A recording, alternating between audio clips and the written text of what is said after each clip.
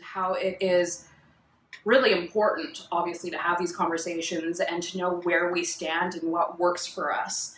But I don't know about you guys, but I can't tell you how many times I've been in the emergency room and my dad's trying to make me laugh. This was more as a kid, and just trying to entertain me and not make it such a horrible thing to be going through.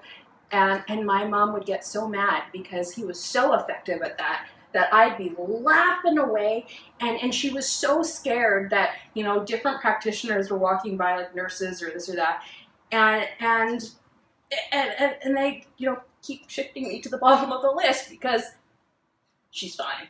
She's fine. Meanwhile, like, I have really serious shunt issues. Like, there's malfunctioning going on in my brain. But my dad was able to give me that little laugh, that little boost of endorphins. So there's been a lot of dark humor that surrounds health and a lot of humor in general, which a lot of people don't really appreciate. And so I thought that we'd lighten it up just a little bit and think of one of those times that it was just so bad, it was hilarious what we went through as a result of some kind of health-related accident or just dealing in a day in the life, right? So does anybody have like a story that they want to start off with? Because I have like 1,000, so I'm going to give everybody else the benefit of taking the time. One example I could think of, I had an operation when I was 13 called a tibial rotation, where both my legs were broken on purpose to turn the bone so that my feet were facing forward, because people with CP often have tightness and tenseness in the muscles, and you know, if your feet start to turn towards themselves, your toes are pointing inward, it makes it challenging for walking when you do. So that was the goal of this. But as a result, I had to be in a cast for 2 months from my hips to my ankles on both legs. So I looked like literally the accessible decal guy because my legs were out and this and that. And the only challenging thing that it comes of this is, of course, using the restroom when you have to, because your legs are in a fixed, straight position. And I remember, you know, when I was at home at my parents' home, and I had to use the restroom, and I was getting cramps in my stomach. And so I'm calling for my dad. Nobody hears me. Eventually, he did come down and hear me. But it literally became the weirdest game of like Tetris with the human body that you could ever imagine, because he's trying to pick me up in such a way that he can help me to the bathroom without hurting my legs more, and also without making the cramps be even more worsened. So we're just laughing the entire time in the process, not trying to laugh too hard. And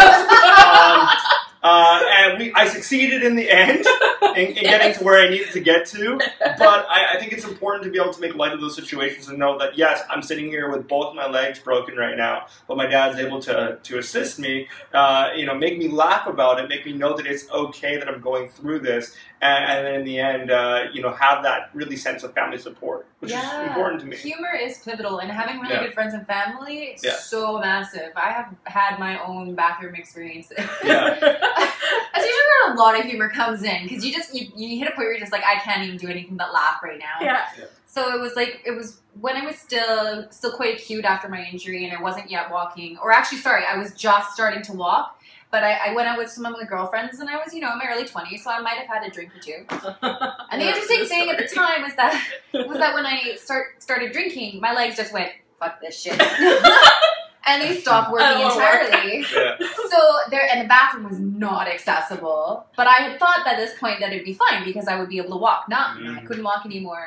But I have amazing friends. They were fabulous. I had one tiny blonde on one side, another tiny blonde on the other side, just literally dragging me to the bathroom, propping me on the toilet seat. We're all cackling like maniacs. That's hilarious. And they had to help me with everything. And then we went back and I got in my chair, and it was great. Now, did Watcher Bias just assume that you were drunk because you were being dragged along? Well, this one fortunately only happened indoors. It was in my friend's apartment. Gotcha. Didn't I even thought have an maybe you were audience. out at like a pub or something. No, that would make it even better. But I have had that happen more than once. They're like, whoa, she's drunk. And I'm like, no, just disabled. That's me with the CP swagger. When I'm walking around, people just think I'm definitely drunk. Right? I had somebody actually deny me from a club once. You can't let her in, she's hammered. I'm like, listen, sir, I'm fine. I actually think I get more coordinated when I drink, so I don't know. We'll see what happens. That's why we drink, so we think we're more coordinated. I'd like to believe that. The way we are more You coordinated. think you can speak another language, but really you're just drunk. That's it.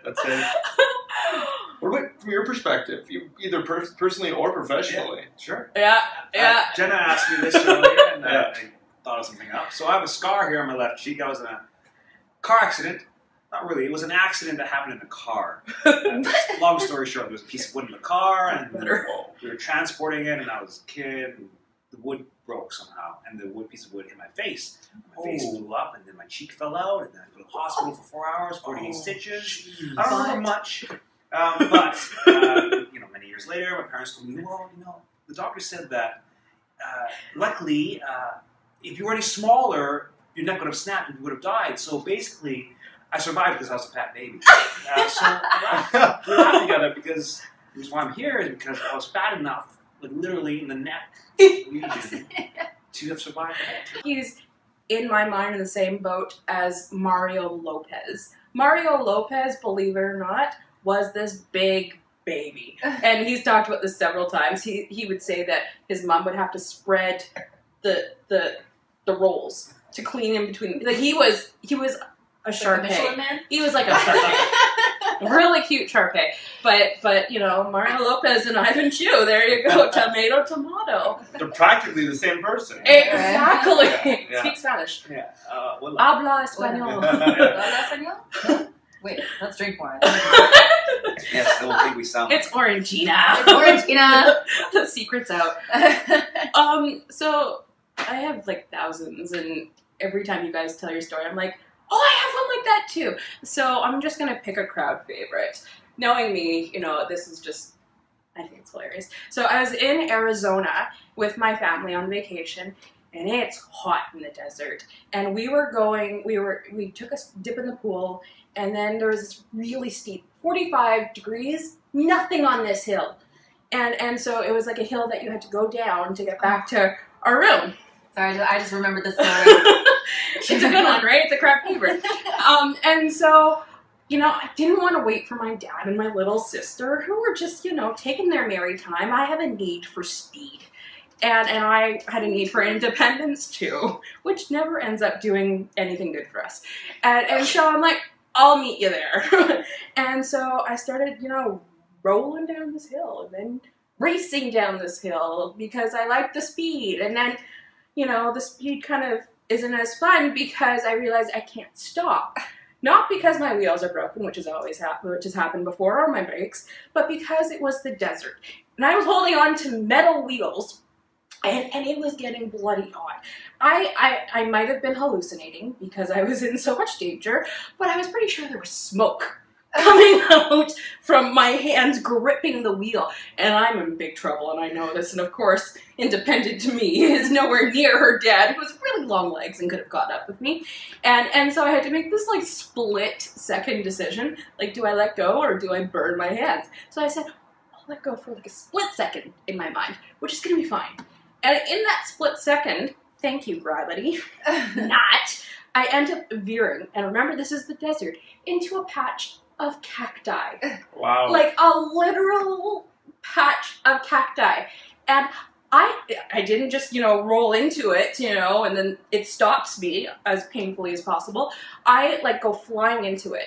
So I'm flying into it. My wheelchair's over there doing, on its side, and the wheel's still going like this. I look down. I can't feel most of my legs, I have patch sensation. There are needles in me. There's blood, every which way. Thank God for paralysis every once in a while, because I couldn't feel it. But I'm stunned. I think you earn it, right?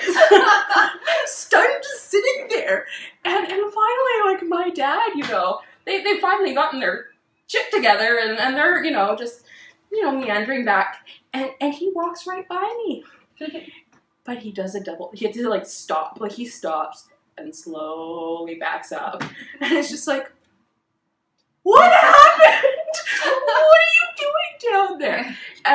And hindsight is always 20/20. I was gonna say he didn't know that his daughter was the bloody cactus. Literally. No, he blended into the background. He'd seen me in similar situations. That wasn't too far fetched. Yeah. But now that I think about it, I think of all the things I could have said. And I said, what? you don't do acupuncture too?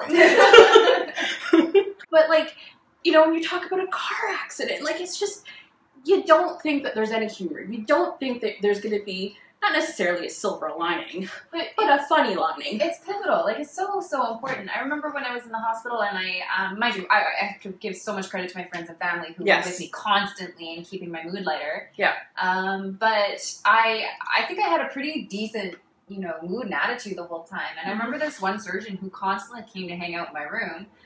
And I remember joking with him, like, you do this with all the ladies. He's like, honestly, Christina, just you, because you have such a good attitude. You make my job easier.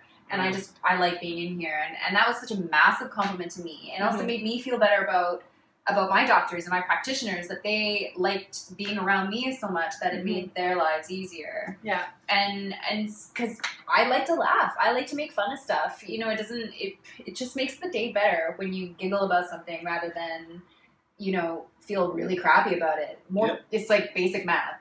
More positivity equals more happy. More negativity equals more sad. Well, and then from a chemical point of view, and I'm furthest thing from scientifically inclined, I don't even think that's the right way to label me if I were scientifically inclined.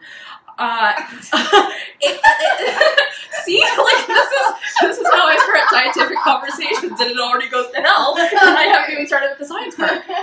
Endorphins, like you get injected with endorphins when you're laughing and when you're feeling good.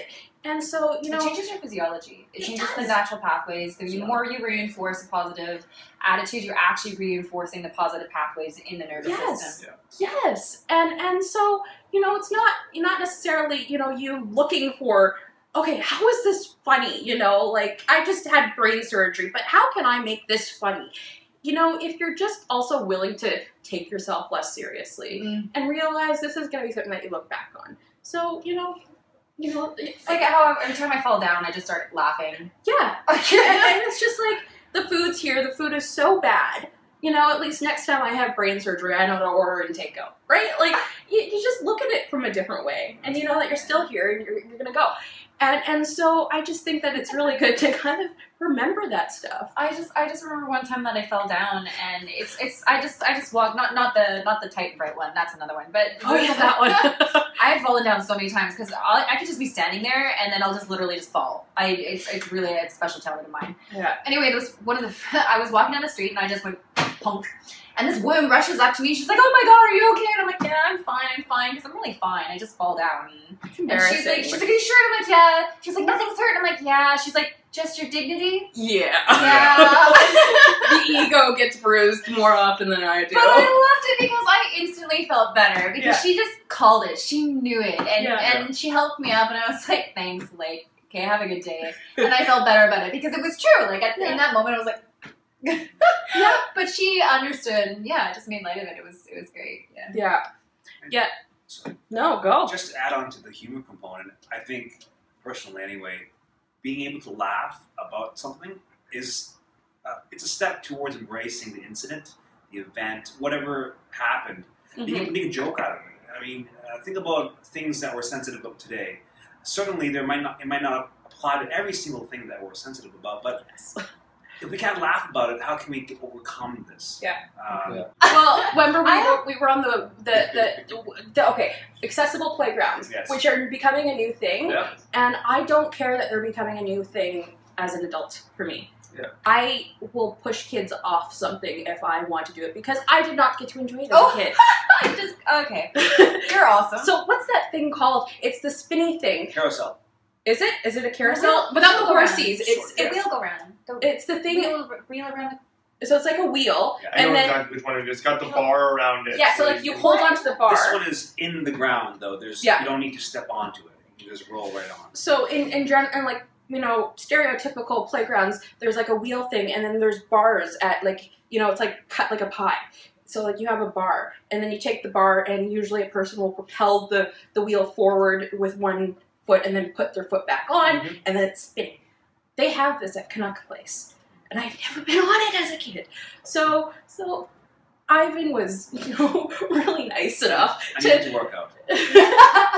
That's not where I was going with this. not implying anything. I'm a woman, of course you're not. So it was Ivan and one of the kids at the house, and I wanted to get on. I wasn't facilitating a kid doing it. I was like, okay, let's get on. Yeah. And I don't know what it was, and even my wheelchair mechanic doesn't know how this happened, but we were going so fast in like a sideways motion that the tire literally came off my wheel. Oh, wow. There you go.